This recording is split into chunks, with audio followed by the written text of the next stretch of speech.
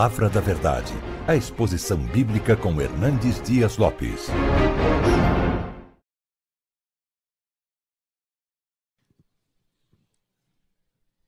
Meus irmãos, eu gostaria de, nesta manhã, conversar um pouco com vocês sobre um assunto que hoje é um assunto tenso, é um assunto complexo, é um assunto onde não tem existido unanimidade entre pastores, onde até certo constrangimento da parte de alguns em tocar no assunto, outros exageram ao tratar do assunto, e por isso é necessário nós termos um balizamento claro, seguro na Escritura, para não ficarmos à mercê das ondas que vêm e que vão. Eu queria conversar um pouco com vocês então sobre a questão se os dízimos são ainda para hoje. Eu escrevi, juntamente com o pastor Arival, um livro que saiu recentemente, Dízimos e Ofertas são para hoje, e Deus me inclinou a escrever esse livro por uma razão simples. Todas as vezes que eu postava algo nas redes sociais sobre dízimo, chovia de críticas as mais ácidas, e de herege a explorador dos fiéis,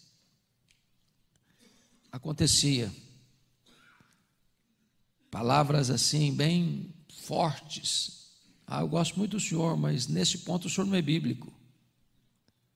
Acho que o senhor ensina a Bíblia, mas o senhor se desviou da palavra, nesse ponto. Então hoje, quando você diz que você é dizimista, e que você crê nessa verdade bíblica,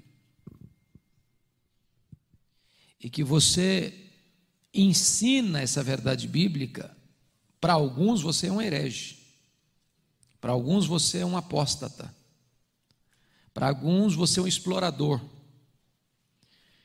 E nós não queremos ir 1 centímetro além da Escritura e não queremos ficar 1 centímetro aquém da Escritura. Por isso eu queria tratar esse assunto hoje com vocês aqui. Eu não vou ler um texto específico, porque não é meu propósito expor um texto da Bíblia, mas tratar do tema do assunto. Eu queria começar, esse livro eu escrevi sobre dízimos com 3 capítulos, depois o pastor Ival escreve 3 sobre ofertas, e nos 3 capítulos que eu escrevi, o primeiro capítulo eu trato dos desvios, dos excessos, dos posicionamentos de exploração, que tem, de certa forma, fortalecido essa posição de oposição. Porque quando você encontra um líder religioso extremado, ensinando aquilo que não está na palavra, ou usando de artifícios psicológicos, de técnicas de comunicação, ou de pressão emocional, ou afastando-se do ensino bíblico, quem não é cristão bota todos nós no mesmo balaio, rotula todo mundo. E se existe um discurso que o homem quer ouvir, é esse: você está desobrigado hoje de ser um dizimista, porque dinheiro é algo muito sensível. A única entidade que Jesus tratou de Senhor na Bíblia foi o dinheiro. Jesus não chamou o diabo de Senhor, Jesus não chamou César de Senhor, Jesus não chamou o mundo de Senhor, mas ele chamou o dinheiro de Senhor. Ninguém pode servir a 2 senhores, a Deus e as riquezas. E o dinheiro é um senhor que exige dedicação exclusiva. É por isso que Jesus Cristo disse: onde estiver o teu tesouro, aí estará o teu coração. E, portanto, há muitas críticas, inclusive de gente da mais alta categoria teológica no Brasil, contra o dízimo. Há teses de doutorados contra o dízimo. Há pastores conceituadíssimos de igrejas históricas contra o dízimo. O que vamos fazer? Então, primeiramente, vamos levantar aquilo que eu chamaria de os desvios. Primeira coisa que eu quero destacar é a manipulação para arrecadar dinheiro. Eu rodo por aí, para esse Brasil afora, já preguei em mais de 1.500 igrejas, e em alguns lugares eu tomo verdadeiros sustos, quando eu percebo que a parte mais elaborada do culto é a hora do levantamento de ofertas e dízimos.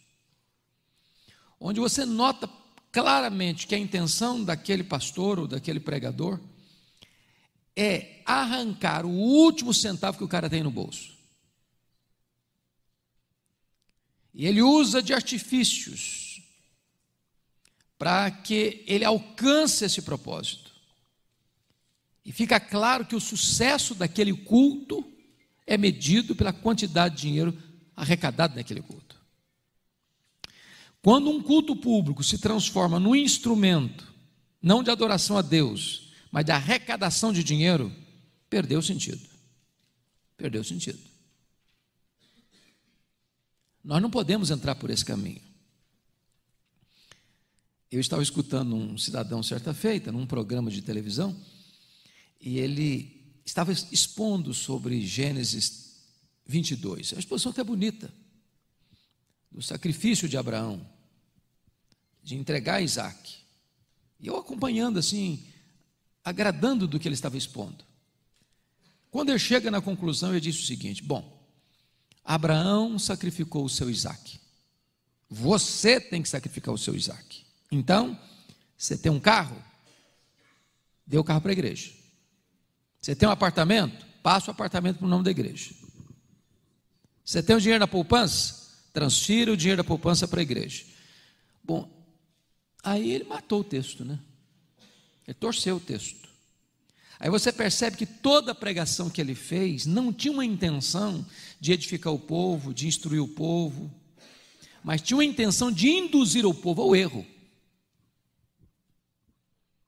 Esse tipo de prática leva as pessoas a se oporem ao dízimo, porque pensam que todos vão ser igual àquele cidadão que estava induzindo o povo àquele erro. Segunda coisa, é a ideia da oferta como barganha. Nós podemos fazer uma coisa errada com motivação errada. Nós podemos fazer uma coisa errada com motivação certa. Nós podemos fazer uma coisa certa com motivação errada. E nós podemos fazer uma coisa certa com motivação certa. Por exemplo, existe a lei da semeadura, não existe? Quem semeia pouco, colherá. Está na Bíblia isso. Mas se eu chego para a minha congregação e digo assim: você tem que dar tanto, porque se você der tanto, você vai receber tanto mais. E essa for a motivação, virou barganha. Então a minha motivação em ser fiel a Deus não é porque eu quero glorificar a Deus. Não é porque eu quero que o reino de Deus avance. Mas eu quero mais. Então, como eu sou uma pessoa que ama o dinheiro, e se eu vou dar 10 e vou receber 100, então esse é um bom negócio. Isso é um bom negócio, é um investimento na Bolsa Celestial, sucesso garantido. Você está fazendo a coisa certa, mas a sua motivação não está boa. Virou negócio. E isso nós não podemos fazer. Temos que fazer a coisa certa, com motivação certa. Você não entrega o dízimo prioritariamente para ter mais, porque se você está fazendo isso, você está amando o dinheiro, você está amando o lucro. Seu projeto aí não é amar a Deus e glorificar a Deus e ver a obra de Deus avançar. Então, esse negócio de barganha com Deus, você vai dar tanto, e se você der tanto, você vai receber tanto mais. E aí induz o camarada o seguinte: você quer ficar rico, você quer crescer, você quer ter mais coisa, faça isso. A motivação não está boa, mesmo fazendo a coisa certa. Terceira coisa que eu acho que tem visto por aí afora: falta de transparência no trato com o dinheiro arrecadado. Vocês conhecem hoje igrejas que são empresas. onde o patrimônio é do pastor, onde tudo que entra é do pastor, onde o que entra ninguém sabe quanto entrou e nem para onde foi. Esse tipo de prática nós não podemos concordar. Não está de acordo com a Escritura. Nós precisamos lidar com o dinheiro com muito cuidado, porque nós precisamos manter intacta a credibilidade do ministério, a integridade das motivações. Quer um exemplo? Quando o apóstolo Paulo faz aquele levantamento de ofertas para as igrejas da Judéia, e ele faz isso durante um bom tempo, e ele recolhe um dinheiro considerável, porque até o rei ficou interessado no dinheiro arrecadado, lá em Cesareia.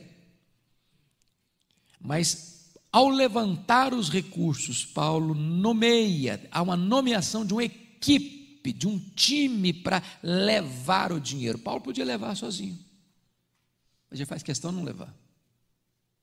Por quê? Para manter integridade. Não lide com o dinheiro sozinho. Ainda que você seja íntegro, você tem que evitar a aparência do mal. Aparência do mal. Então, é preciso ter transparência. Quanto entrou, para onde foi, o que foi feito com esse dinheiro. Qualquer pessoa, nós não fazemos isso, eu conheço o nosso sistema, mas eu acho que você deve ter a mesma prática. Se uma membro da igreja precisar chegar na tesouraria da igreja, eu gostaria de saber como é que está. Nós temos condições de dar relatório de cada centavo que entrou e para onde o dinheiro foi. Integridade. Quarta coisa que eu tenho visto é o problema, infelizmente hoje, do desengavetamento das indulgências com novas roupagens. É triste isso, mas está na mídia, todo dia, toda hora. Então, nós estamos voltando ao período do misticismo. Se vendia uma lasca da cruz de Cristo, lá na Idade Média. E alguém já fez um cálculo que se juntar todas as lascas da cruz de Cristo que foram vendidas, dava a construir a Arca de Noé. A multiplicação da madeira. Então, hoje as pessoas estão vendendo rosa ungida, lenço ungido, toalha suada, e por aí afora. Até tijolo para construir a Nova Jerusalém já estão vendendo. Esse tipo de prática é que gera, de certa forma, essa resistência, essa oposição, porque botam todos na mesma fila. Nós não podemos entrar por esse caminho. Bom, o que eu tenho notado ainda é a questão da armadilha que se usa para pegar o dinheiro das pessoas, do medo, da culpa e da ganância. Se você não entregar, Deus amaldiçoa a sua vida. Se você não entregar, você vai estar debaixo de maldição. Você não entregar, você vai ficar pobre. Você vai para o inferno, ou você vai ficar capengando na vida. E não obstante, a desobediência traz grave risco mesmo. Nós não precisamos usar truques de ameaças dessa forma, de pressão psicológica, para levar a pessoa à obediência. Nós podemos e devemos ensinar a Bíblia, nem mais, nem menos, nem adocicando a mensagem, nem exagerando a mensagem, restringindo-nos ao ensino bíblico. Tenho visto hoje igrejas chamadas empresas, onde o púlpito é um balcão, onde o evangelho, às vezes até diluído, é um produto, onde os crentes são consumidores, onde o templo é uma praça de negócios, onde o vetor que move tudo é o lucro. Para fechar, o que eu tenho visto por aí é o problema hoje do mercadejamento da palavra. É tratar pregadores e cantores como astros de cinema. É a tietagem evangélica. Isso é um pecado grave e nós não podemos entrar por esse caminho. É o cachê que o cara cobra para pregar ou para cantar. E eu penso que todos vocês imaginam da mesma forma, nós devemos aprender a ser generosos. Mas eu entendo uma coisa, se você convida um pregador e ele exige, eu vou, mas eu cobro tanto para pregar, na minha opinião, ainda que você tivesse o propósito de dar uma oferta maior, você deve desconvidar essa pessoa. A motivação não está boa.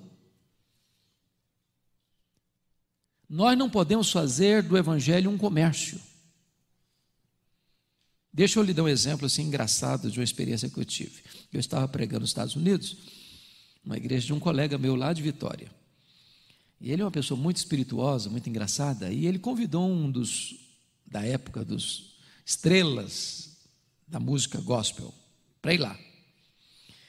Aí ele ligou para o cidadão aqui no Brasil e disse: ô meu irmão, eu gostei tanto que você viesse participar conosco de uma programação especial da igreja, e etc, etc, etc. E o irmão respondeu: aleluia, eu vou com o maior prazer.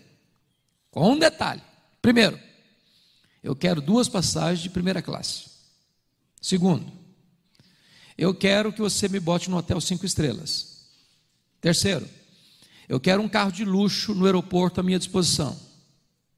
Quarto, eu quero que você deposite antecipadamente $10.000. Quinto, eu quero que você tenha o compromisso de vender tantos CDs.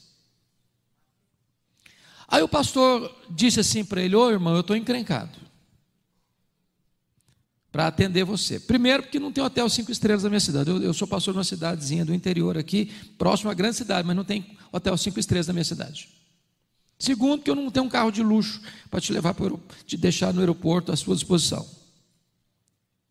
Terceiro, que eu não tenho $10.000 para botar na sua conta agora. E quarto, porque eu já perdi a vontade de te convidar.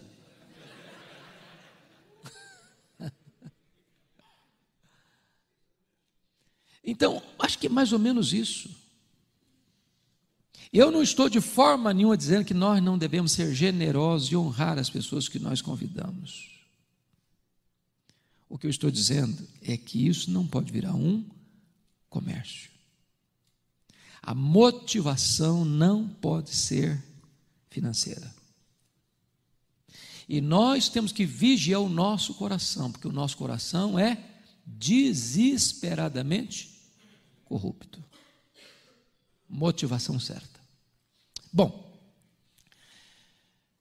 quais são hoje as principais críticas que se fazem à prática contemporânea do dízimo? Primeira crítica: o dízimo é da lei cerimonial. A lei cerimonial foi abolida por Cristo. Logo, eu estou desobrigado de ser dizimista. Como é que nós vamos responder uma crítica dessa? Primeira coisa, o dízimo não é apenas da lei cerimonial, até porque ele não é da lei cerimonial, ele foi instituído por Deus muito antes da lei ser dada. O primeiro registro claro de dízimo na Bíblia é Abraão. 430 anos antes da lei ser dada. Então, ele não pode ser o pacote da lei cerimonial. O dízimo faz parte da lei, sim, foi incluída na lei. O dízimo está presente também nos livros históricos, não apenas no Pentateuco. O dízimo está presente nos livros poéticos. O dízimo está presente nos livros proféticos. O dízimo está presente nos evangelhos. O dízimo está presente nas epístolas. O dízimo está presente em toda a Bíblia. Aí a pessoa entra com outro argumento. Bom, esse argumento não vale, dizem os críticos, Porque também a circuncisão existiu antes da lei. Fez parte da lei. E hoje nós não circuncidamos mais as crianças com 8 anos de idade. Então o argumento de que o dízimo era antes da lei não vale, dizem os críticos. Como é que você responde uma situação dessa? É verdade, a circuncisão é anterior à lei. A circuncisão fez parte da lei. E é verdade que hoje nós não mais praticamos a circuncisão. Por que não? Porque assim como a Páscoa foi substituída pela ceia, a circuncisão foi substituída pelo batismo. Mas me mostre na Bíblia onde algo substituiu o dízimo. Ao contrário, Jesus ratifica o dízimo. Em Mateus 23, Jesus Cristo diz assim: ai de vós, escribas e fariseus, que dais o dízimo do endro, da hortelã e do cominho, e negligenciais o principal da lei, a justiça, a misericórdia e a fé. Devias fazer estas coisas, justiça, misericórdia e a fé, sem omitir aquelas, a prática do dízimo. Agora, dizem os críticos, não. O que Jesus está combatendo aí é o problema do farisaísmo, e não referendando o dízimo. Mas vamos ler o texto. É claro que Jesus está dizendo aí uma censura, fazendo uma censura aos escribas e fariseus. Ai de vós, escribas e fariseus, porque dais o dízimo do endro, da hortelã e do cominho, as hortaliças menores. O que Jesus está combatendo aqui é o dízimo? Não. O que Jesus está combatendo aqui é a prática errada dos escribas e fariseus. Que prática errada? Os escribas e fariseus usavam o dízimo como escudo, como amuleto, como salvo-conduto. Sou dizimista? E agora está tudo bem. Eu conheci um cidadão que descreveu o seguinte: Jó não era dizimista, porque se fosse, nem Deus podia tocar na vida dele.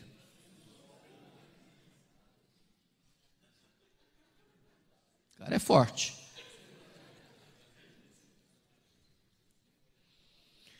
Essa era a ideia dos escribas e fariseus. Sou dizimista? Estou blindado. Sou dizimista? Então o resto é resto. Sou dizimista? Então Deus está obrigado em me abençoar. E Jesus Cristo não combate o dízimo, Jesus combate a prática errada do dízimo. A prática da ostentação. Agora preste atenção comigo. Aqueles que argumentam que eu não sou dizimista porque o dízimo faz parte da lei e eu não estou mais debaixo da lei, sim da graça, por coerência hermenêutica, também estariam isentos da justiça, da misericórdia e da fé, porque justiça, misericórdia e fé fazem parte da lei. Quem é a pessoa em sã consciência que diz hoje que eu estou isento da justiça, da misericórdia e da fé?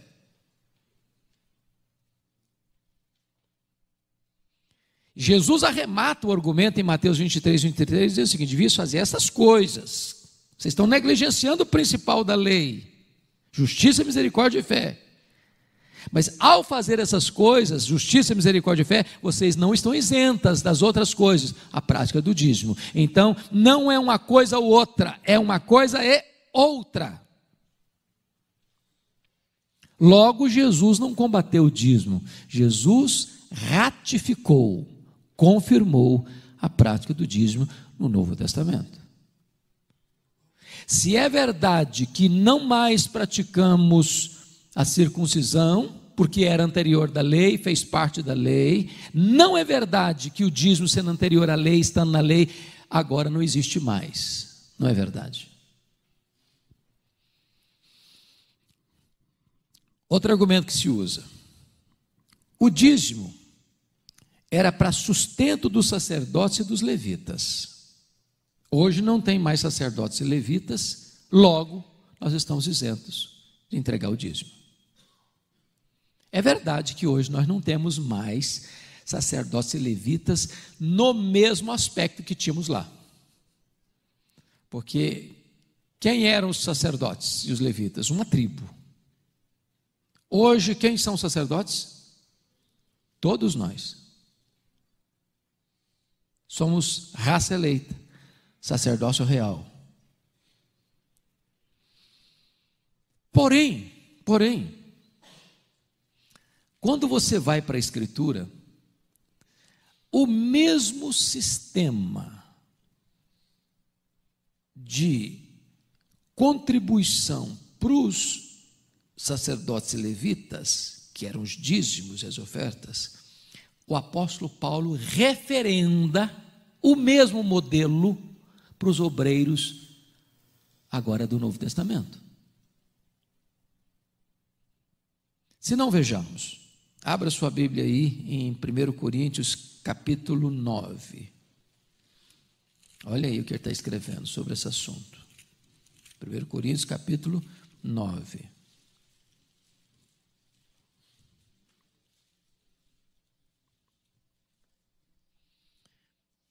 A partir do versículo 7 até o versículo 15, ele faz a seguinte argumentação: quem jamais vai à guerra à sua própria custa? Quem planta a vinha e não come do seu fruto? Ou quem apacenta um rebanho e não se alimenta do leite do rebanho? Porventura falo isto como homem, ou não o diz também a lei? Olha como ele está retomando a lei. Porque na lei de Moisés está escrito: não atarás a boca ao boi quando pisa o trigo. Acaso é com bois que Deus se preocupa? Ou é seguramente por nós que ele o diz? Certo que é por nós que está escrito: pois o que lavra cumpre fazê-lo com esperança, e o que pisa o trigo faça-o na esperança de receber a parte que lhe é devida. Se nós vos semeamos as coisas espirituais, será muito recolhermos de vós bens materiais? Se outros participam desse direito sobre vós, não o temos nós em maior medida? Entretanto, não usamos desse direito, antes suportamos tudo por não criarmos qualquer obstáculo ao evangelho de Cristo. Não sabeis vós que os que prestam serviços sagrados do próprio templo se alimentam? E quem serve ao altar do altar tira o seu sustento? Assim também ordenou o Senhor aos que pregam o evangelho que vivam do evangelho. Se você notou, Paulo está pegando aqui exatamente a maneira como se sustentavam os sacerdotes na lei, para dizer que esse mesmo modelo é praticado e deve ser usado como referencial para sustentar os obreiros no Novo Testamento. Então, nós não temos mais sacerdotes, até porque Abraão pagou dízimo a quem? Melquisedeque. Jesus é sacerdote de que ordem? Da ordem dos levitas? Não. Jesus é sacerdote da ordem de Melquisedeque. E se Abraão pagou o dízimo a Melquisedeque, nós, filhos de Abraão, pagamos o dízimo a quem? Aquele que testifica que vive. Jesus Cristo, Hebreus 7:8. Então notem vocês que o Novo Testamento não é contra, ao contrário, o Novo Testamento referenda e ratifica e fortalece a tese do dízimo. Outro argumento que as pessoas usam para contrariar o dízimo: eu não sou dizimista, dizem o seguinte: é porque o dízimo era para o sustento do templo, e hoje nós somos o templo. Ok, é verdade que o dízimo era para sustento do templo. Por isso, não entregar o dízimo, Neemias 13 diz que é desamparar a casa de Deus. E aí você lembra Joel, o livro de Ageu, que quando o povo retornou do cativeiro, eles começaram a construir o templo, depois houve um embargo legal lá por parte de oposição, e eles pararam a construção do templo no meio do caminho, e começaram a construir casas para eles, apaineladas, casas chiques, casa bonita, e a casa de Deus ficou desamparada. Aí Ageu entra no negócio, dizer que eles estavam fazendo errado. E ele diz o seguinte: se você não é fiel a Deus, devolvendo a Deus o dízimo, e desamparando a casa de Deus, entra um princípio aí. Você é como receber um salário e botar num saco furado. O que você deixa de entregar, que é de Deus, querendo reter indevidamente para você, é a mesma coisa de botar num saco furado. Vai vazar. Vai vazar. E diz: se você também trouxer sobra para Deus, Deus vai só para isso, porque Deus não é Deus de resto. Deus não é Deus de sobra. Deus é Deus de primícias. Agora veja mais, o dízimo não era só para o templo, nem só para os sacerdotes e levitas, não. Para quem mais era o dízimo no Velho Testamento? Para as viúvas, para os órfãos, para os estrangeiros. Então, se lá na antiga aliança, que era uma ênfase centrípeta, para dentro, quanto mais o dízimo é necessário hoje, quando a igreja vive uma realidade centrífuga para fora. Não só para construir templos, para sustentar missionários, não só na pátria, mas além fronteiras, e também para assistir os necessitados. O princípio permanece. É uma crítica que não faz sentido. Outra crítica que as pessoas fazem: eu não sou dizimista, porque não entregar o dízimo, segundo Malaquias 3, acarreta em maldição. Vós, a nação toda, sois amaldiçoados, porque a mim me roubais. Mas Jesus já levou a minha maldição sobre a cruz, então essa pregação aí é inócua hoje. Se Jesus já levou a minha maldição sobre a cruz, eu não estou mais debaixo de maldição, não sendo dizimista. É verdade que Jesus levou a nossa maldição sobre a cruz, é verdade.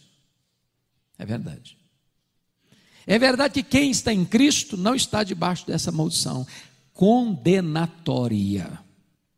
Mas também é verdade que quando um crente peca, seja por ignorância, seja por rebeldia, ele está sujeito às consequências do seu pecado. E mais, o pecado de um crente é mais grave, é mais hipócrita e é mais danoso do que o pecado de um incrédulo.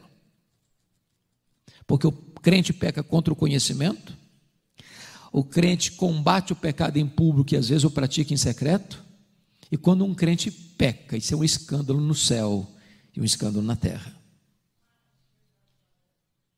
Logo, essa crítica aqui também não tem fundamentação.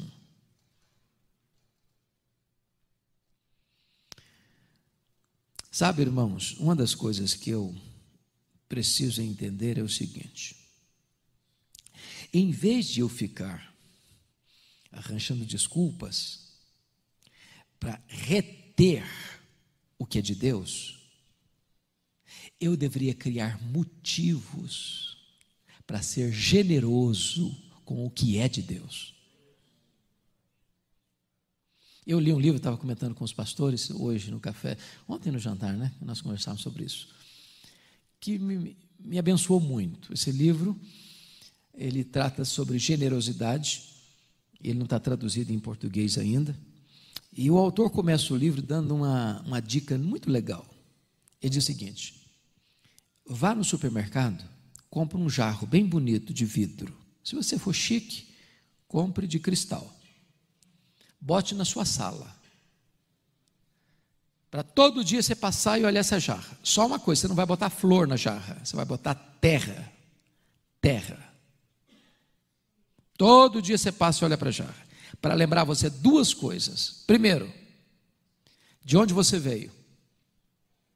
Você veio do pó. Segundo, Para onde você vai? Você vai para o pó. Então, quem é você? Apenas um traço entre pó e pó. Baixa a bola. Baixa a bola. Pergunta: do pó que você veio, quanto você trouxe? Nada. Para o pó que você vai, quanto você vai levar? Também nada, porque você não tem caminhão de mudança e enterro, nem gaveta em caixão. Então você também não tem nada. Porque tudo que está nas suas mãos é de Deus. Você é mordomo de Deus. E diz Paulo em 1 Coríntios 4:2 que o que Deus requer dos dispenseiros ou dos mordomos é que eles sejam encontrados fiéis. Se o dono é generoso e você é mordomo do dono, a única maneira de você ser fiel ao dono é sendo generoso com o que é do dono. O maior problema que as pessoas têm em serem dizimistas e generosos ofertantes é a síndrome de dono. Porque se eu acho que eu sou dono, eu quero para mim, para o meu deleite, para o meu prazer, para o meu conforto. Mas se eu entendo que eu não sou dono, e que o dono que me constituiu como mordomo dos seus bens é generoso, a única maneira de eu ser fiel ao dono é ser generoso com o que é dele. Quando você encontrar uma pessoa tentando dar desculpas para não ser generoso, é porque o coração dela ainda está prisioneira do dinheiro. E o amor do dinheiro é a raiz de todos os males. Que desculpas as pessoas estão dando? Outra desculpa: eu não sou dizimista, porque a contribuição do dízimo, ou a contribuição no Novo Testamento, melhor dizendo, deve ser voluntária e não imposta. Não foi assim que Paulo ensinou? Cada um contribua segundo tiver proposto no seu coração, porque Deus ama quem dá com alegria. Está aí o Novo Testamento ensinando. Mas pegar esse texto de 2 Coríntios 9:7 e aplicar para o dízimo é ferir a hermenêutica sagrada. Porque Paulo não está tratando de dízimo. 1 Coríntios 16, 2 Coríntios 8 e 9, Paulo está tratando de uma coleta especial, de uma oferta especial, que ele está levantando para enviar para as igrejas, para os crentes pobres da Judéia. Isso não é dízimo.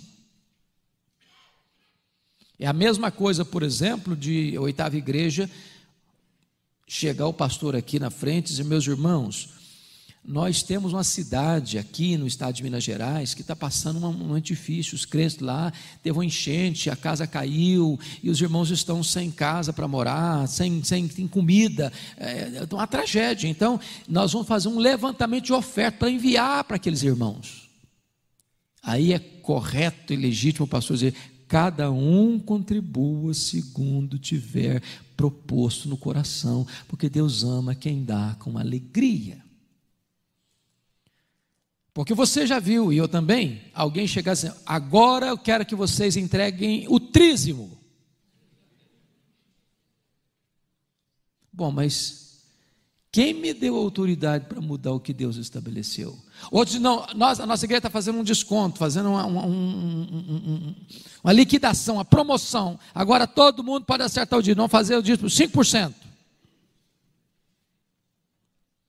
Eu não tenho essa autoridade de mudar a palavra de Deus. Eu não tenho essa autoridade. Então, preste atenção nisso. Cada um contribua segundo tiver proposto o seu coração. E aí, mas eu não estou propondo nada, então eu não vou contribuir com nada. Os irmãos, eu não estou feliz, não estou com alegria, então eu não vou contribuir. E eu pergunto a você: você faz uma dívida no banco de R$5.000. Aí você chega para o gerente e diz: olha, gerente, eu não estou propondo no meu coração pagar essa dívida, então eu não vou pagar. Você chega para o eu não estou muito alegre, não, então eu, como não estou com alegria para pagar, eu não vou pagar.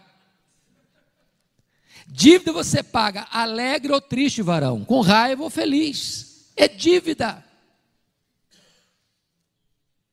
Dívida.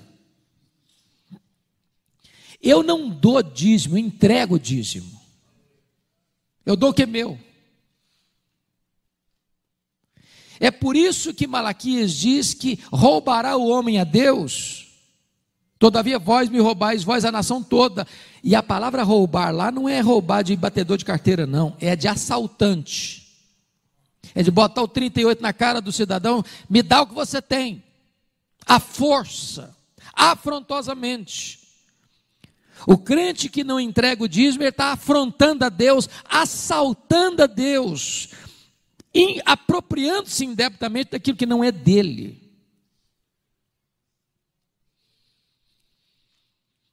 Outra pessoa chega e diz o seguinte: bom, eu não sou dizimista, porque o dízimo tem sido usado para construir templos, e Jesus nunca mandou construir templos. Aí você chega à seguinte conclusão: primeiro, é claro que Jesus não mandou construir templos, e nem você encontra essa ordem no Novo Testamento, até porque não havia licença da parte do Império Romano para fazer isso. Quando o embargo legal acabou, a igreja cristã começou a construir templos. Mas esse argumento é fajuto, porque crente se reúne, não? Vai reunir aonde? Debaixo da ponte?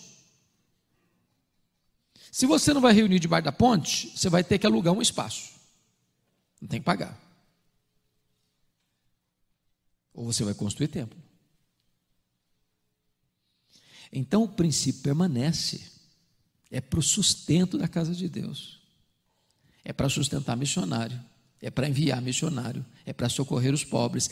É para pagar os obreiros que vivem da palavra. Aliás, se você ler 1 Coríntios 9, como nós lemos parte, Paulo abriu mão do salário. Lembra disso que ele abriu mão? Para não criar problema. Abriu mão em que igreja mesmo? Igreja de Corinto. Por quê? Corinto era o quê? Uma igreja mão de vaca. Pão dura. Só que quando Paulo saiu da igreja, foi para Éfeso, ele manda uma carta para a igreja de Corinto. Sabe o que ele faz naquela carta? Puxa a orelha da igreja. Por que ele puxa a orelha da igreja? Porque a igreja não tinha pagado para ele o quê? O seu salário. Então preste atenção nesse particular aqui. Olha aí, 2 Coríntios 11. Vamos ver o que Paulo diz para a igreja. Eu, se eu fosse membro da igreja de Corinto, ficava com vergonha. Olha aqui, capítulo 11, versos 8 e 9. Olha o que ele vai dizer para a igreja: despojei outras igrejas, e recebendo o salário para vos poder servir. Que é isso, Paulo? Você era nosso pastor, e outra igreja que pagou seu salário para ser nosso pastor? Eu falei, é verdade, vocês não me pagaram. Versículo 9: e estando entre vós ao passar privações. Paulo, você era nosso pastor e passou privações? Passei, deu vontade de ir no McDonald's, não tinha dinheiro para comprar um lanche. Vocês não pagaram meu salário? Passei privações sim, enquanto era pastor de vocês. Mas não me fiz pesado a ninguém, pois os irmãos, quando vieram da Macedônia, supriram o que me faltava. Os irmãos da Macedônia eram ricos ou pobres? Pobres. Que isso, Paulo? Quer dizer que os irmãos pobres da Macedônia é que vieram aqui em Corinto, quando você era nosso pastor, para suprir suas necessidades? É verdade, vocês não pagaram o meu salário. Olha isso. Agora, olha o tiro de misericórdia que ele dá nessa igreja, no capítulo 12, verso 13. Ele diz assim para a igreja de Corinto: porque em que tendes vós sido inferiores às demais igrejas, senão neste fato de não vos ter sido pesado, perdoai-me esta injustiça. Sabe o que ele está dizendo?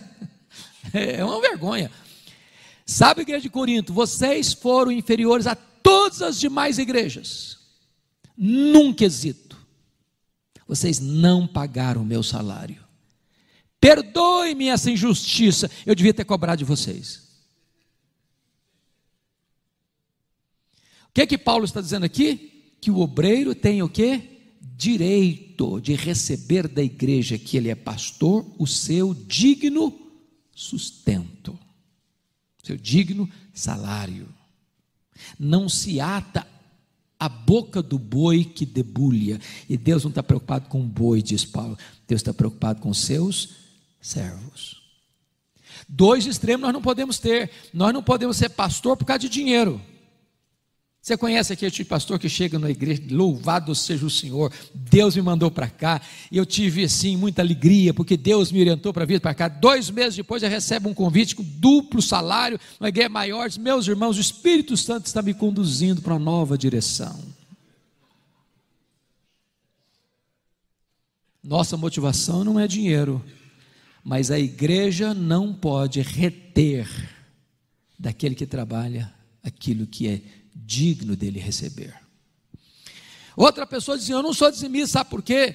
Eu não sou dizimista porque o dízimo era o imposto do Estado teocrático, e hoje nós pagamos imposto de renda. Eu já vi pastorzão falar isso. Irmãos, é uma bobagem isso.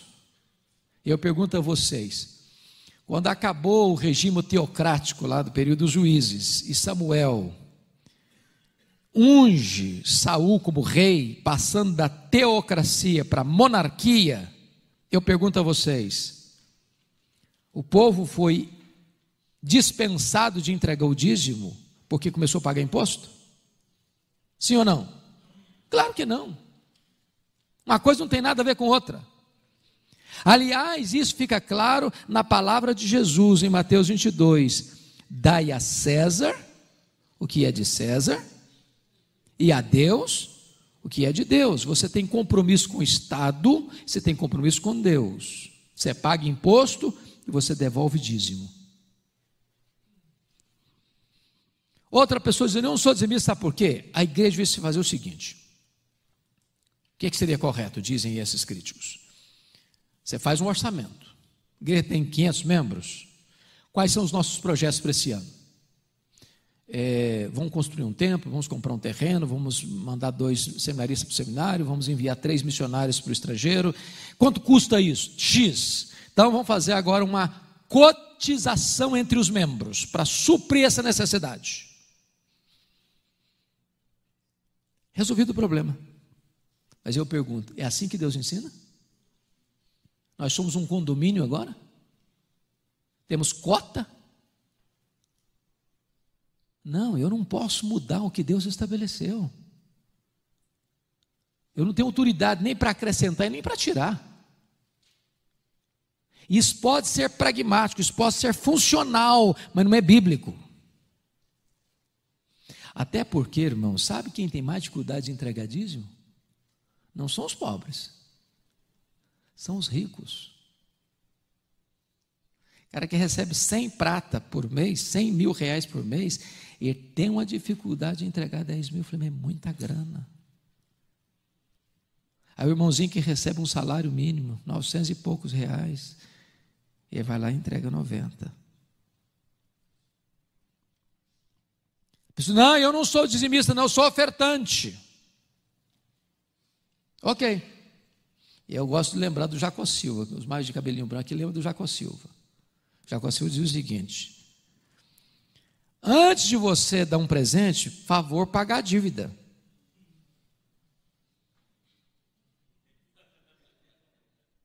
Não dê um presente tentando com isso isentar-se da dívida.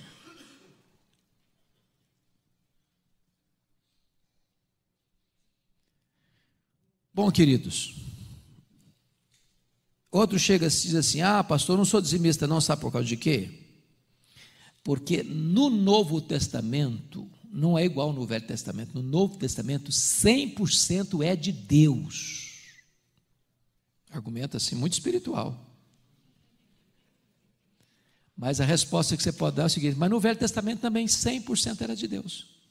Quando que algum tempo da história deixou de ser isso? Salmo 24, versículo 1, do Senhor é a terra e sua plenitude. Sempre 100%, tudo foi de Deus. Mas quem usa esse argumento, agora tudo 100% é de Deus, e agora o nosso negócio é ofertar quando o coração tocar, pode perceber isso, essas pessoas, se você for contabilizar, não entregam 10%, dizendo que 100% é de Deus. Então isso é um argumento, um invólucro de desculpas para encobrir uma mentira. Outros dizem, não, eu não sou dizimista, não, pastor, porque não sobra. É verdade, não vai sobrar mesmo não. Porque se sobrar, Deus não é Deus de sobra. Lá no passado, a gente dava sobra para os cães. Hoje não. Hoje pet tem vida melhor que gente. Se gasta mais dinheiro com cachorro e gato hoje no Brasil que com criança. Mas a Bíblia diz, honra o Senhor com o quê? Com as primícias de toda a tua renda. Então é primícia, não é sobra. Dito isto, irmãos, eu gostaria de abrir o nosso parlamento aqui para perguntas. Se a gente puder ajudar em alguma coisa, eu tenho muito prazer, porque as desculpas são muitas. E eu gostaria que você e eu aqui hoje pudesse pensar o seguinte: eu não quero ir além, não quero ficar aquém, mas nós precisamos ter resposta para os críticos.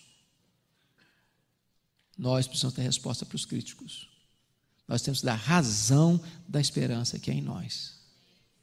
Nós precisamos fazer algo com consciência, fundamentado na Escritura. Deixa eu usar um outro argumento que é muito comum escutar por aí afora. Pastor, sabe por que eu não sou dizimista? A igreja não administra bem. Deixa eu dizer uma coisa para você.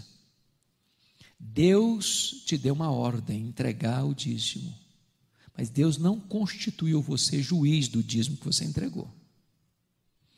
Se você está percebendo que a igreja que você está entregando o dízimo não está administrando bem, você tem duas atitudes a fazer. Primeira delas, procure o pastor da igreja. Seja claro sobre isso, pastor, sou membro dessa igreja, sou dizimista fiel, eu acho que tem isso que está acontecendo, que não tem fundamentação na palavra de Deus, porque talvez a liderança precise ser alertada.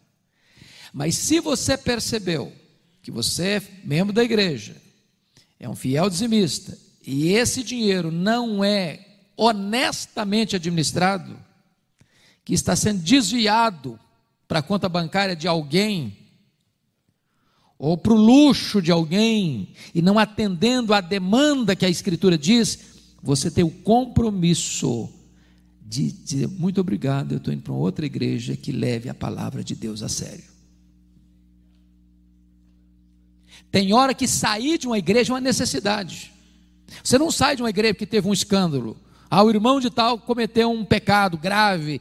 Se alguém cometeu um pecado grave, se trata à luz da Escritura, na disciplina bíblica. Mas eu não posso ficar num lugar onde a palavra de Deus não está sendo ensinada com fidelidade. Com fidelidade. Pois bem, está aberto então. Essas duas cadeiras aqui é para quê, meu santo? Eita, chique, hein? Então vou sentar de cá. Bom, irmãos, temos algumas perguntas que vão vir pela internet também. Então os irmãos que estão na internet também podem fazer. Obviamente que vai chover um monte de perguntas e eu só vou poder selecionar algumas. Não sei se os irmãos já fizeram algum tipo de pergunta ao longo da palavra do pastor, se ficou alguma dúvida nesse tipo de assunto. Se houver, a gente vai dar preferência para responder esse assunto, que é um assunto que o pastor está tratando agora. Do contrário, a gente pode responder depois também algumas outras perguntas. Como diz o pastor Jeremias, você pode perguntar o que quiser, né? E ele responde também o que quiser também. O que puder. Então, e que puder, né? Então, vou recolher os pedidos, as perguntas. Deixa eu ver aqui que já estenderam. E vou selecionando aqui aos poucos. Tem alguma aqui? Aqui, por favor. Obrigado. Já preencheu? Não. Tem que me dar várias aqui, porque se eu deixar de ler alguma, não parece que é marcação, né, gente? Beleza.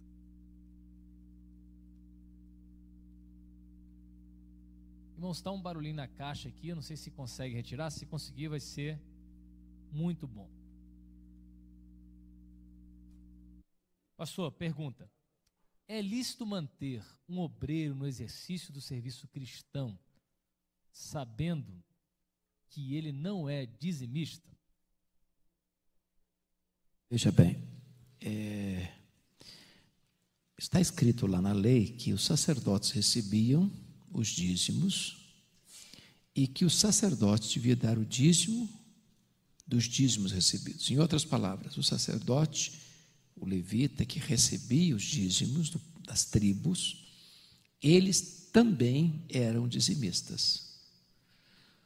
O obreiro precisa ser exemplo. Exemplo. Se porventura esse obreiro não entende o assunto, não crê assim, ele precisa ser instruído. Se por um revés na vida ele deixou de entregar, que não deveria, mas deixou de entregar por um tempo, por uma situação conjuntural da vida dele, eu acho que ele precisa ser confrontado e ensinado à luz da Bíblia a pôr isso em ordem na vida dele.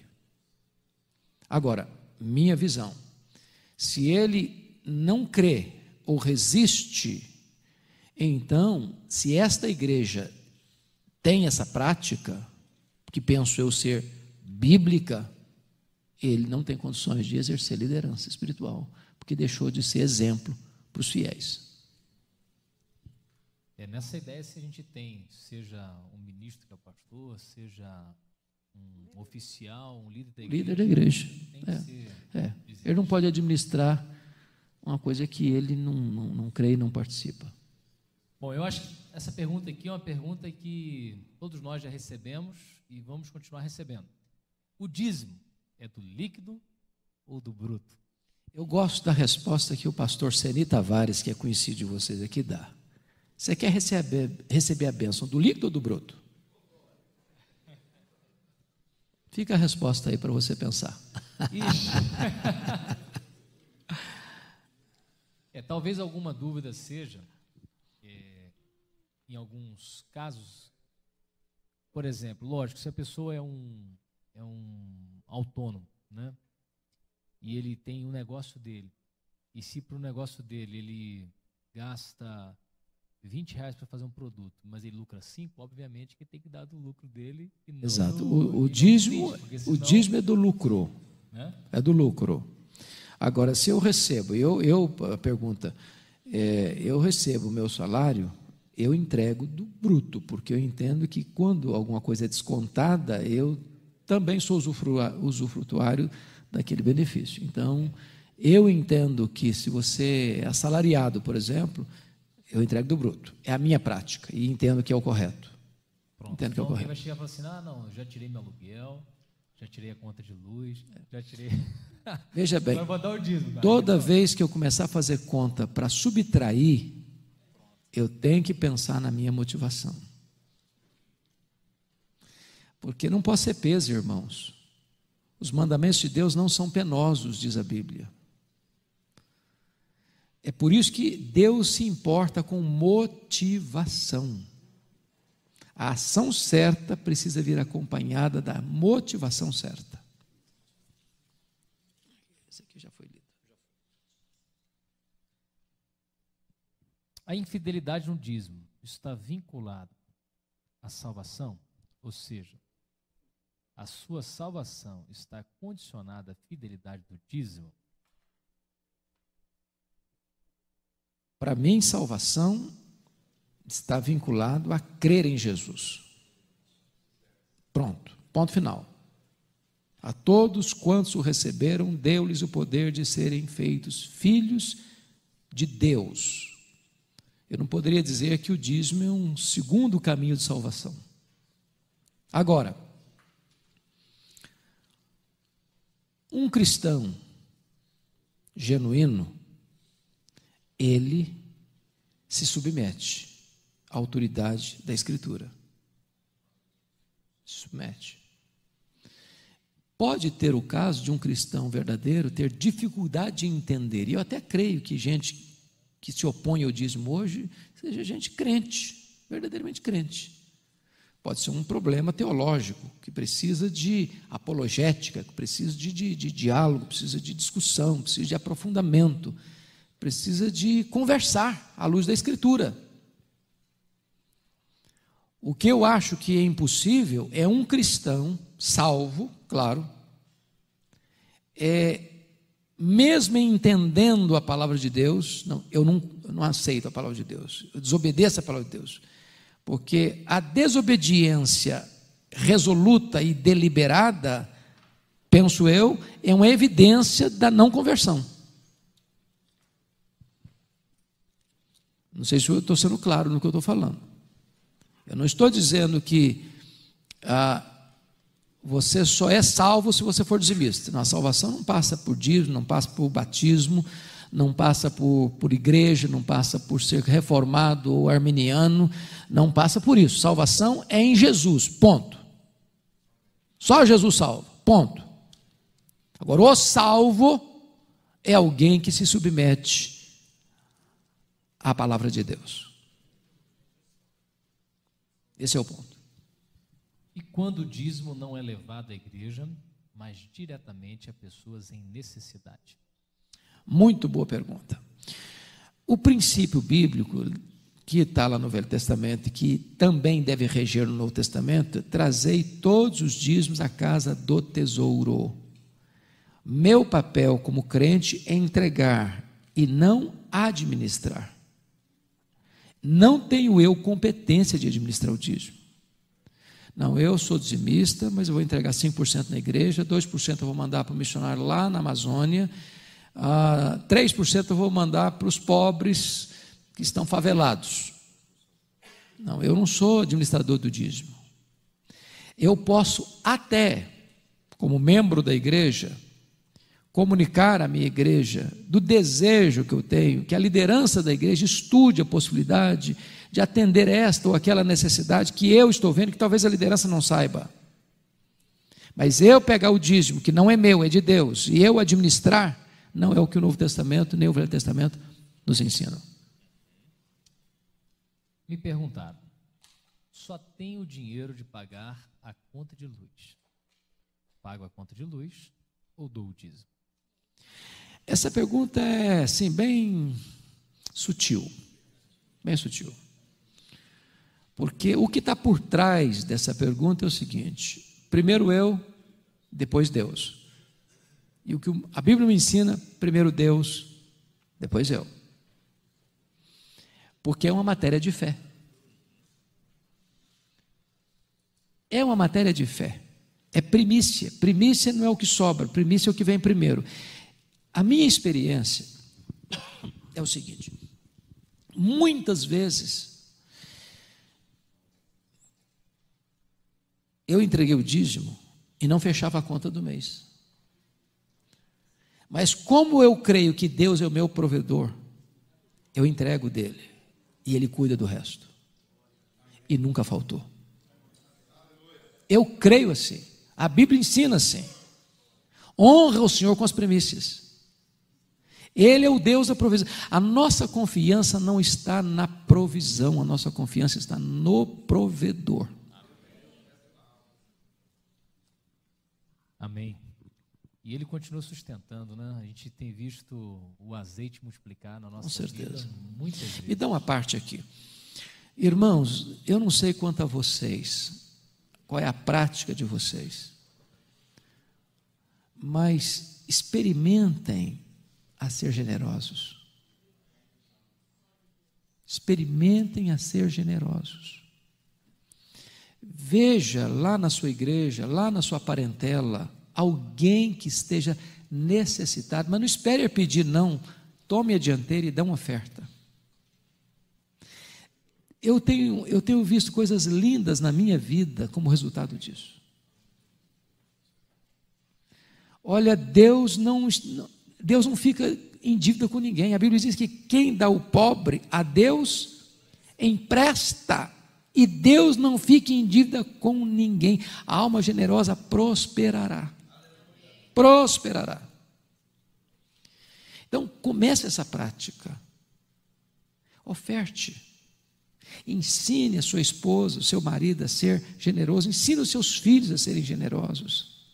Mostra para a sua família a bênção que é. E eu não estou falando de retorno financeiro só, não.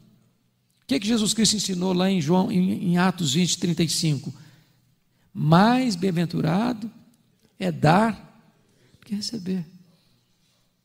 Então, em vez de fazer conta para reter, abra o coração para dar. Quanto mais você dá, mais você tem. Porque a Bíblia ensina isso. Deus multiplica a sua sementeira. A sua sementeira. Bom, irmãos, temos muitas perguntas, certamente a gente não vai conseguir responder todas, mas acredito que as respostas aqui vão abarcar várias aqui, né? E próxima pergunta. Para ser considerado oferta, o valor deve ser excedente ao meu valor do dízimo? Para ser considerado oferta, o valor deve ser excedente ao meu valor do dízimo? Isso é regra? Veja bem, dízimo, a palavra em qualquer vernáculo significa 10%. Qualquer vernáculo, dízimo é 10%, não é 9,5%, não é 5,5%, 10%. Então você entrega o dízimo e depois você oferta. É claro que se você está entregando uma oferta inferior ao dízimo, você não está entregando a oferta, você não está pagando a dívida. Porque primeiro você paga a dívida, depois você oferta.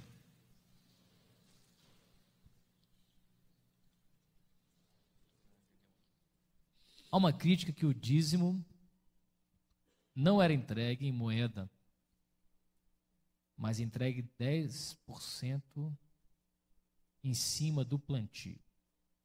Também era em dinheiro no Velho Testamento. Era em plantio e em dinheiro. Você tem que entender o seu contexto. Também, né? O seu contexto. Era uma região agrícola, nem sempre o comércio estava desenvolvido. Então, o produto da terra era entregue. Mas também, quando isso não era possível, era entregue em dinheiro, também no Velho Testamento. Então, o princípio é o mesmo. Como se houver uma igreja que não usa o dízimo e ofertas em obras sociais, parte dele? O que eu entendo no Novo Testamento é que evangelização e ação social caminham juntas. Lembra em Gálatas 2,10, quando Paulo vai para os gentios, os colunas da igreja de Jerusalém disseram para ele: você vai para os gentios, mas não se esqueça dos pobres. Então, uma igreja, ela precisa cuidar não só da alma, mas também do corpo. Vamos pegar me dá só um tempinho para explicar isso melhor. Pensa comigo que no Novo Testamento nós já estávamos recebendo uma forte influência do gnosticismo. O gnosticismo é um concubinato entre a filosofia grega e a religião judaica, e a fé judaica. Qual o problema do gnosticismo? O dualismo grego. Matéria é má, espírito bom. Com isso, não se acreditava em 3 doutrinas básicas do cristianismo: a criação, a encarnação e a ressurreição. Bom, isso gerou um problema duplo na igreja primitiva que Paulo denuncia em Colossenses. Primeiro, ascetismo. Segundo, licenciosidade. Se o meu corpo é mau, não vale nada, não presta para nada, então vou castigá-lo. Ascetismo. Se o meu corpo não conta, então deixa usá-lo à vontade. Licenciosidade. Essa filosofia gerou o ascetismo da Idade Média, dos mosteiros. Essa filosofia gerou, mais tarde, lá na Alemanha, o pietismo. Estou interessado na sua alma. E nós até usamos, tantas almas foram salvas. Salvou a alma, que se dane o corpo, que vai morar debaixo da ponte, que passe fome, que passe frio no inverno, e que os demais me aqueçam nesse inverno, os demais, não precisa falar o resto. Então, não é a visão bíblica. Jesus andou por toda parte, ensinando, pregando e curando. Ele cuidou do corpo, cuidou da alma. Uma igreja cristã precisa ser também generosa. Se a igreja não está usando parte dos recursos que entram, que são de Deus, para assistir os necessitados, essa liderança precisa ser exortada com amor, na verdade, para que faça isso. Ok. Bom, isso aqui eu acho que é bem simples de responder. Além do meu salário fixo, é correto dizimar as ofertas que ganhei de minhas ministrações? Duas coisas. Nós usamos com muita frequência o substantivo dízimo passando para verbo. Não é legal. Eu não devo usar a palavra dizimar. Vá para o dicionário e veja o que significa dizimar. É matar, é destruir. Então não vá para o púlpito da sua igreja e fala: meus irmãos, nós temos que dizimar. O cara que não sabe o que é, vou sair correndo aqui, eles vão me arrebentar todo mundo aqui. Então, dízimo é uma coisa, dizimar é outra coisa. Então você nunca use no seu púlpito: irmão, nós temos que dizimar. O visitante vai sair desesperado da sua igreja. Se nós entendemos que o que nós recebemos é graça e tudo é graça, devíamos sim. Eu acho que devia dar até mais, já que é extra, né? Se a generosidade devia ir além de sempre fazer a conta para mais, não para menos. Esse é o ponto do coração generoso. Isso mesmo. Bom, um comentário que tem na internet, eu acho que vale a pena responder, porque ele é sutil também e carrega aqui uma compreensão errada. É o seguinte: nenhum crente no planeta se submete completamente aos mandamentos de Jesus. Se seguirmos o raciocínio do pastor, ninguém é cristão. Silogismo falso. Porque veja bem, está se admitindo aí que nós podemos obedecer parcialmente, que nós estamos matriculados na escola da desobediência e que nós devemos levar a sério, mas não tão a sério assim. Isso não é cristianismo, não é isso que a Bíblia me ensina. Não é isso que a Bíblia me ensina. O que a Bíblia me ensina é que eu sou um pecador, que eu sou falho, que eu tenho deficiências. Mas a limitação não está na palavra, está em mim. Eu sou exortado a obedecer, a ser fiel. A ser fiel. Agora, eu não posso com isso criar uma desculpa. Não, você pode ser crente meia boca, mas tá bom, porque não dá para ser crente mesmo não. Então, minha boca serve. Não serve. Não serve. O propósito de Deus em nós é nos transformar de glória em glória na imagem de Jesus. E o nosso projeto é sermos parecidos com Jesus. Para isso Deus nos predestinou. Sermos conformes à imagem do seu Filho, até atingirmos a varonilidade do varão perfeito. Esse é o nosso propósito.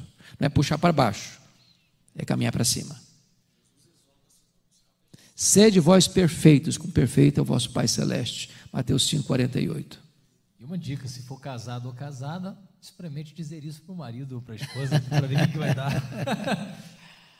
É necessário a identificação do dizimista e a leitura dos nomes deles em púlpito? Não, penso que não. Essa para mim é uma prática ostentatória perigosa. Eu já vi igreja onde bota lá um hall, lá na porta de entrada do templo, com o nome dos dizimistas e o valor que foi dado. Eu acho que isso é ostentação e um laço do diabo para o orgulho. Você pode botar o nome no envelope? Pode, deve, não tem problema nenhum. A igreja precisa saber. Agora, fazer propaganda disso, porque isso gera concorrência. Fulano de tal, o maior dizimista da igreja. Então, continência para ele. Bobagem isso, irmãos. Sabe por quê? Lembra de Jesus, no pé do gasofilácio, vendo as pessoas entregar? Vinha gente com grande soma de dinheiro, veio uma viúva, 2 moedinhas. Aqui não dá para comprar nem um pão na padaria. Ela ofertou mais, porque Deus vê como nós, como diferente de nós. Nós olhamos quantidade, Jesus vê fidelidade, integridade. É por isso que nós não podemos permitir que uma igreja seja ostentatória na questão do dízimo. Isso é cair no farisaísmo. Sabendo que ministérios, vou tentar interpretar aqui, sabendo que ministérios têm deturpado os princípios e as motivações, por que avança o tamanho e números, embora espiritualmente enfraquecidos? Como podemos relacionar a defesa de Gamaliel, de Atos 5, 33, 39, possivelmente aquele texto que diz, se é do Senhor, vai prosperar? Por que eles prevalecem, mesmo usurpando do povo? Essa é uma pergunta interessante. Veja bem, primeiro, não é verdade que só as coisas de Deus crescem e o errado não cresce. Partindo desse pressuposto, o islamismo está corretíssimo, que é a religião que mais cresce hoje. Então, o kardecismo também está certo, porque cresce.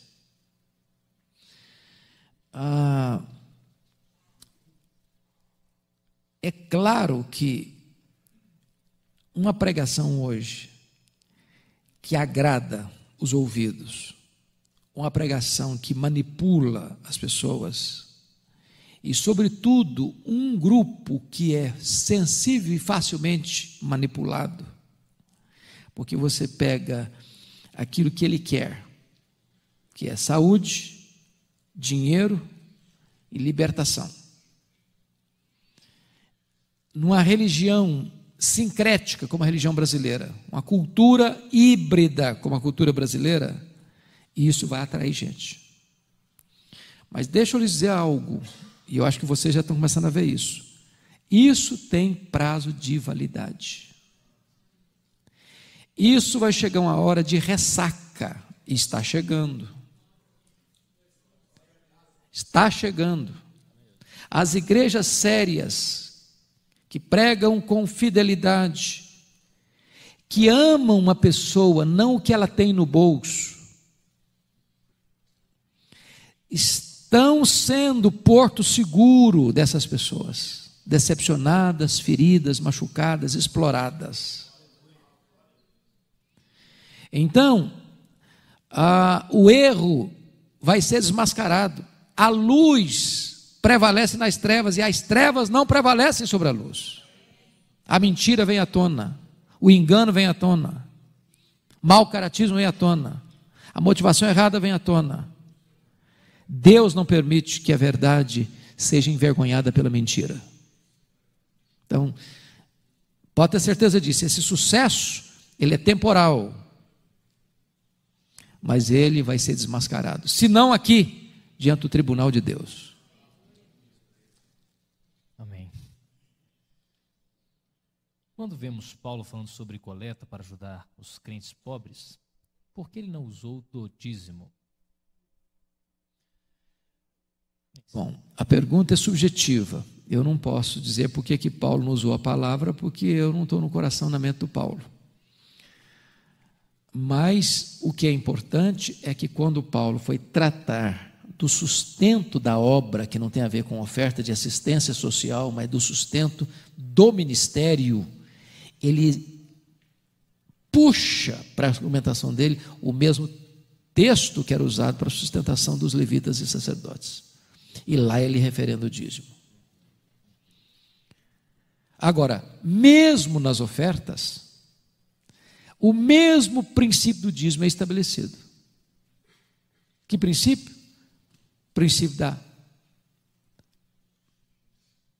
da porcentagem, de acordo com a sua renda, de acordo com o que você tem, com a sua, da proporção, da proporcionalidade, a palavra que eu queria era, da proporcionalidade e da constância. É o mesmo princípio do dízimo. Eu não entrego o dízimo, a não ser que seja um agricultor que faz uma colheita uma vez por ano, ou 2 vezes por ano, mas se eu recebo o salário mensalmente, eu entrego o dízimo mensalmente. Como acontece nos Estados Unidos, que às vezes a contribuição é semanal, segue semanal. Se é anual, é a colheita do café que tem uma vez por ano, é anual. Mas é com a proporcionalidade, com a temporalidade com que você recebe e com a proporcionalidade do que você recebe, é que o dízimo deve ser entregue. Bom, você até responde a uma pergunta que foi feita, que é se a gente... muitos críticos falam que o dízimo é dado uma vez só e não diversas vezes. É justamente por causa disso, depende de como que a pessoa recebe. Recebe. Se ela quiser dar diariamente, dependendo do trabalho... Se ela recebe diariamente, entrega diariamente. Ela pode fazer isso. Né? Perfeito. Da entrada geral dos dízimos e ofertas, qual o percentual razoável para salários dos obreiros? Bom, eu penso que essa pergunta é difícil de responder nesse sentido, porque depende da igreja. Por exemplo, uma igreja que tem uma entrada pequena, ela vai usar aí às vezes 10, 20, 30, 40, até 50, até mais para o sustento. Mas uma igreja que tem uma entrada, mega entrada, às vezes ela vai usar 5%, às vezes 3%, depende. Então não tem uma proporcionalidade. O que é princípio é que a igreja deva pagar os seus obreiros de maneira digna.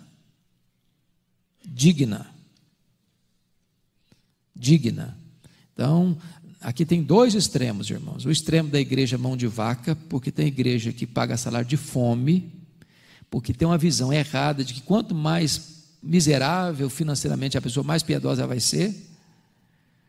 E o obreiro que acha que ele é um mega, super mega, top mega, e quer salários astronômicos. Então, acho que precisa trabalhar essas duas coisas. A igreja generosa e o pastor não motivado pelo dinheiro.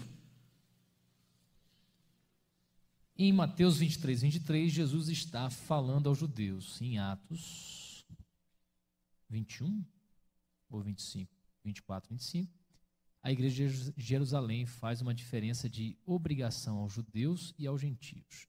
Não seria este um motivo de, em Mateus 23, 23, ele está falando apenas aos judeus? O dízimo seria apenas aos judeus? Eu acho em absoluto. Até porque quando Paulo está ensinando em Corinto, ele está falando para a igreja gentílica.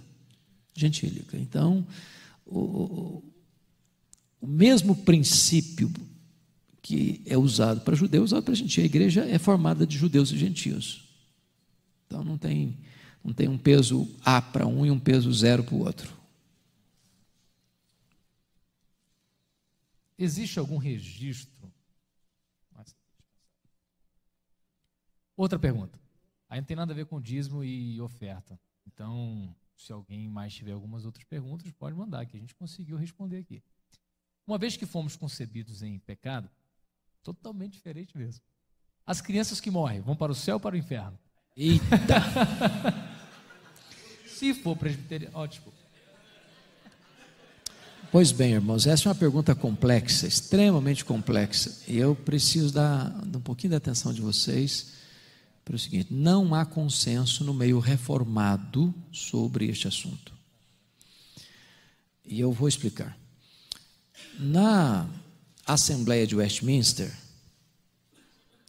que se reuniu em 1643 e 1649, no bojo da Guerra Civil, do exército do parlamento, comandado por Oliver Cromwell e o rei Carlos I, aquela assembleia foi formada por 151 teólogos, alguns deles supralapsarianos e a maioria deles infralapsarianos. O presidente da assembleia era supralapsariano.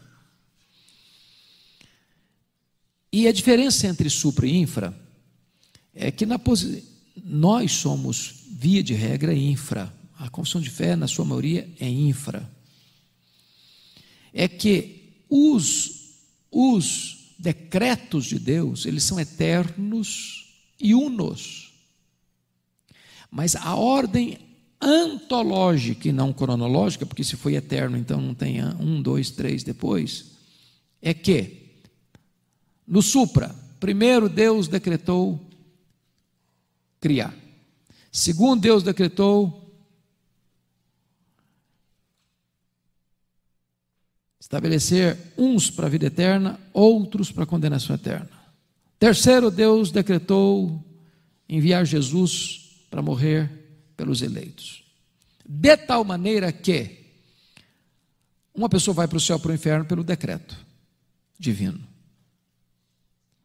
No infra, primeiro Deus decretou criar, depois Deus decretou criar, depois Deus decretou permitir a queda, depois Deus decretou salvar alguns pela sua graça e aplicar noutros o seu juízo, de tal maneira que a causa da salvação é a graça, a causa da condenação é o pecado. Jesus Cristo diz que o Espírito Santo vem e ele convence do pecado, da justiça e do juízo. Do pecado porque não crê em mim. A minha visão desse assunto é a visão da igreja americana, que fez uma revisão de um ponto da confissão de fé, da vocação eficaz, que dá o seguinte: a criança morrendo, sendo eleita, vírgula, ela vai para o céu. Meu entendimento disso, foi o que a igreja americana fez, é que nenhuma criança vai para o céu porque é inocente. Nós não cremos nisso. Já fui em funeral de criança, um anjinho, inocente. Não, nenhuma criança é um anjinho. Toda criança é concebida em pecado. E nenhuma criança é salva por ser criança. O que eu creio é que nenhuma criança morre sem que Deus saiba.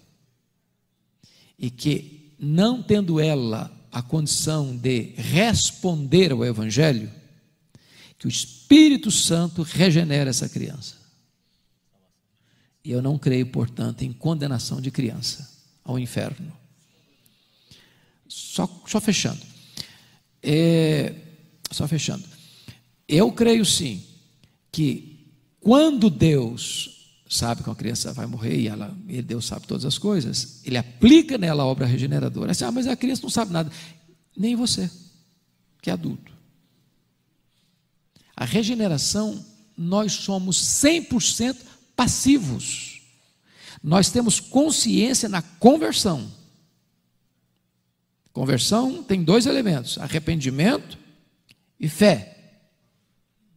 Mas na regeneração, eu pergunto a você, que participação você teve quando você foi concebido no ventre da sua mãe? Nenhuma. Você tinha consciência? Também não. Assim nós não temos consciência nem participação nenhuma de nada na regeneração.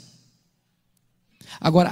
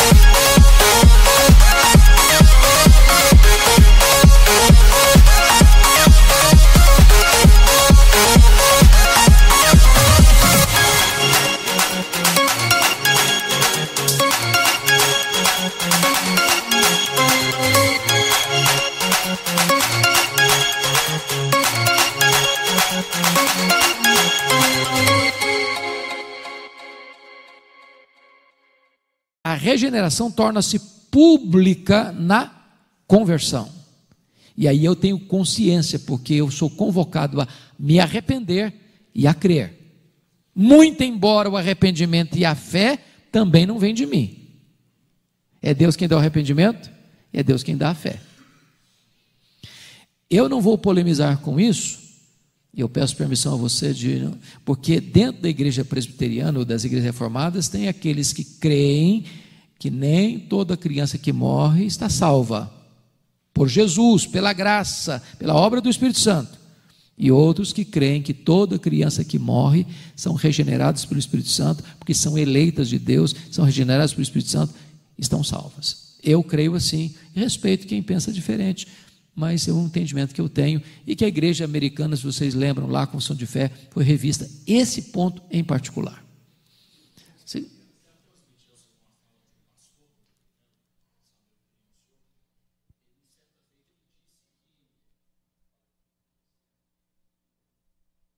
Repetindo, eu quero transmitir ao senhor uma fala de um pastor. Certa feita ele disse que as pessoas que nascem com má formação cerebral, e essas pessoas que têm paralisia, entendeu? Não conseguem ter uma mentalidade apurada, essas pessoas vão ao inferno. Ele falou isso recentemente. Gostaria de saber a opinião do senhor a respeito disso. Essas pessoas vão para o inferno, ele falou? Eu acho que é uma opinião dele, é uma opinião completamente furada. Não tem base nenhuma na palavra de Deus. Ao contrário, eu penso que imagine você, um ser humano que nasce com síndrome de Down, ou qualquer síndrome, vai ser uma eterna criança. Eu entendo o contrário. Eu entendo exatamente o contrário dele.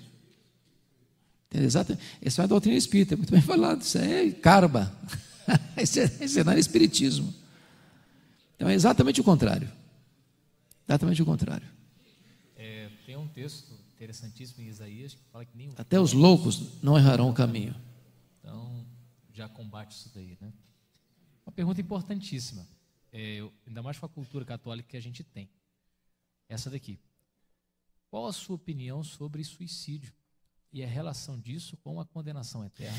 Muito boa essa pergunta, irmãos. Deixa eu dizer uma coisa para vocês. Eu escrevi um livro sobre esse assunto. E se vocês ainda não leram esse livro, eu não sou de fazer propaganda de livro meu, mas eu gostaria de sugerir a leitura a vocês que são pastores por uma razão muito simples. O suicídio é um dos maiores problemas sociais do mundo. Você deve saber disso. Há mais suicídios no mundo do que assassinatos. Mais pessoas se matam do que são mortas. Para cada suicídio que é divulgado na imprensa, tem 10 que não são divulgados. Por não entendermos bem esse assunto, você está vendo com muita frequência crentes se matando, pastores se matando. E entra uma grande angústia na alma do povo. O que é que está acontecendo? Então, eu quero ser breve, porque o tempo aqui não nos permite. Esse talvez fosse um assunto de um outro encontro nosso, outra mentoria. Pode ficar agendado se você quiser. Preste atenção nisso. A maior causa do suicídio, o suicídio tem muitas causas, mas a maior é a depressão. Tem causas, problema financeiro, problemas passionais, terminou namoro, terminou noivado, terminou casamento.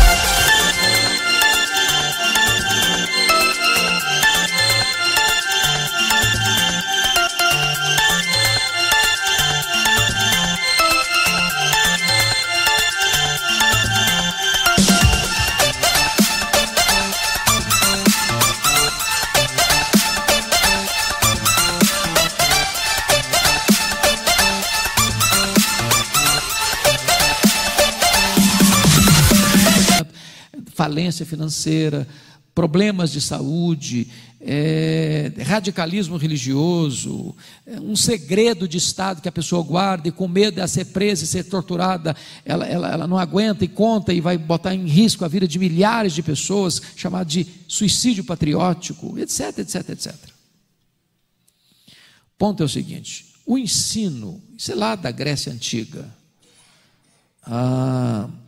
se cortava a mão de quem era suicida, Até recentemente não se sepultava um suicida num cemitério cristão.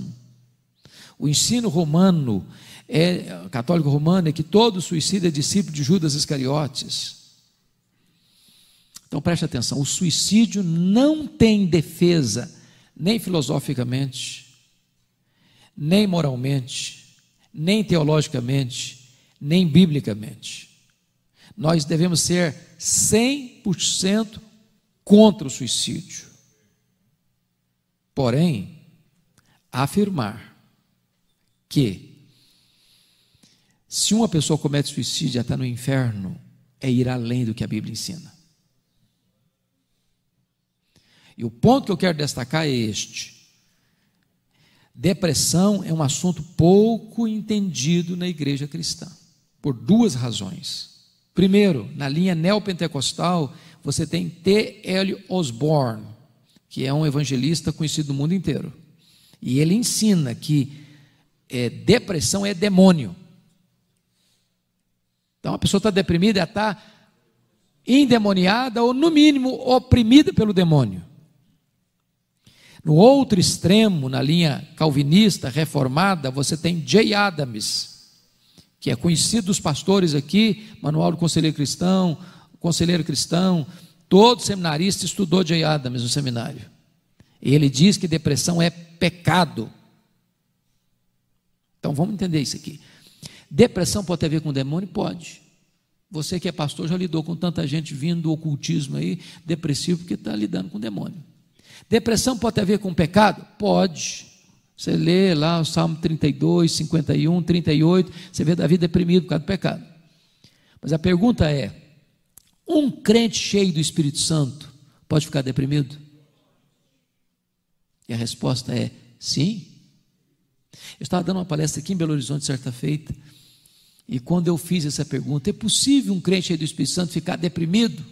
Levantou uma jovem no auditório e disse: isso é um absurdo, é impossível. Eu olhei para ela e disse: minha filha, como é que você me explica então um crente cheio do Espírito Santo precisa de óculos, ter miopia? Um crente cheio do Espírito Santo entupir uma veia do coração e dar um infarto nele e morrer? Um crente cheio do Espírito Santo tem uma gastrite? Por que daqui para baixo é uma coisa, daqui para cima é outra? Enquanto a igreja evangélica não entender que depressão é uma doença que precisa ser tratada com remédio, com terapia e com fé, nós vamos ver, espiritualizado, nós vamos ver crentes se matando. Porque se você já leu sobre depressão, depressão pode levar a pessoa ao suicídio se não for devidamente tratado. Judas Iscariotes não foi para o inferno porque suicidou. Judas Iscariotes foi para o inferno porque não era convertido. Ele nunca foi regenerado. Eu não sei qual é a sua visão teológica, mas o que nós entendemos, o que eu creio, é que uma vez salvo, salvo para sempre. Eu não creio nesse negócio de estar salvo de manhã e estar perdido à noite, tá? Ser filho de Deus de manhã e ser filho do diabo à noite, está indo para o céu de manhã e está indo para o inferno à noite. Deus bota no livro da vida e tira do livro da vida. Então, o que eu estou dizendo para você, eu não estou fazendo apologia do suicídio não, pelo amor de Deus, não me entenda mal, não estou fazendo mesmo. É uma tragédia o suicídio. O que eu estou lhe dizendo é que uma pessoa crente pode ficar doente, e se não for tratado, ele pode chegar, ele não deve chegar. E você sabe disso, tem mitos. O meu livro tratou exatamente sobre isso: suicídio, causas, mitos e prevenção. Mudei o título do livro agora. Não desista de você, porque estava carimbado demais o título suicídio. A pessoa não chegava, não, ficava com medo de comprar, porque carimbava a vida dela. Mas tem mitos. Se uma pessoa tenta suicídio, não adianta ajudar. 80% das pessoas que se mataram tentaram suicídio. E quando uma pessoa tenta suicídio, ela está dizendo um grito de socorro: me ajude, por favor, porque ele não quer morrer. E só que ele não sabe resolver o problema e pensa que a morte vai ser mais aliviadora para ele do que o sofrimento que ele está passando. Bom, fica por aqui. Isso. Então deixa. Ótimo. Depois a gente vai ter. Como?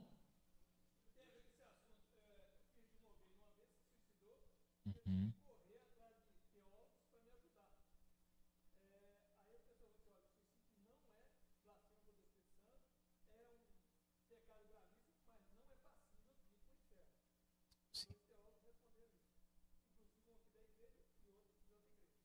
Pronto. Não é blasfêmia contra o Espírito Santo mesmo. A Bíblia não ensina isso. Bom, agora, só um pouquinho. O ponto é o seguinte: imagine se a pessoa que se matou não era crente, vai para o inferno. Óbvio. Não creu em Jesus, vai para o inferno. Agora, se essa pessoa é uma pessoa salva, a pergunta é, a crítica é essa: uma pessoa salva nunca suicida. A pergunta é: uma pessoa salva pode ficar doente?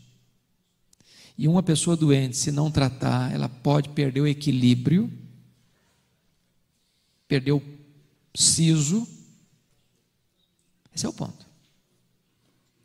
Pastor, uma última pergunta e depois uma oração. À vontade.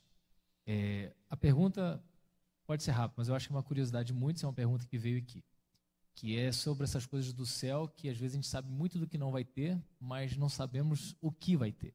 E a pergunta é: ao ir para o céu, se a criança foi regenerada e ela morreu, se o feto foi regenerado e ele morreu, se Jesus voltou e eu morri, novo ou velho, como é que fica essa pessoa no céu? É uma boa pergunta. Embora a Bíblia não trate... As curiosidades. Embora a Bíblia não trate para nós de forma clara sobre isso, pensa comigo num embrião.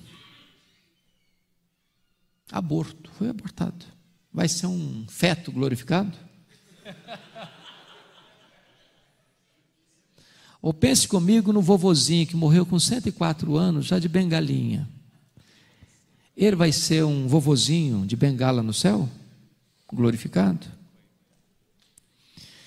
Eu creio, e aí a Bíblia não diz isso, irmãos. Não tem nenhum versículo na Bíblia que você vai encontrar: não, quem morreu feto vai ficar grande. Não. O que a Bíblia me ensina é que nós vamos ter um corpo semelhante ao corpo da glória do Senhor Jesus. E aí eu penso que Jesus teve um corpo perfeito, até porque ele morreu com quantos anos? 33 anos. Um corpo perfeito. E nós vamos ter um corpo perfeito. Nem senilidade, nem puerilidade, nem um bebê, nem um velhinho. Nós vamos ter um corpo perfeito. Varonilidade perfeita. Então, é isso que a Bíblia me ensina, princípio. Mas você não vai encontrar nenhum versículo na Bíblia que se você morreu criança, você vai ressuscitar adulto, se você morreu velho, você vai ressuscitar jovem. A Bíblia não silencia sobre isso. Não. Não vai ter briga com o espelho, e nem com a balança. Nem com o espelho, nem com a balança.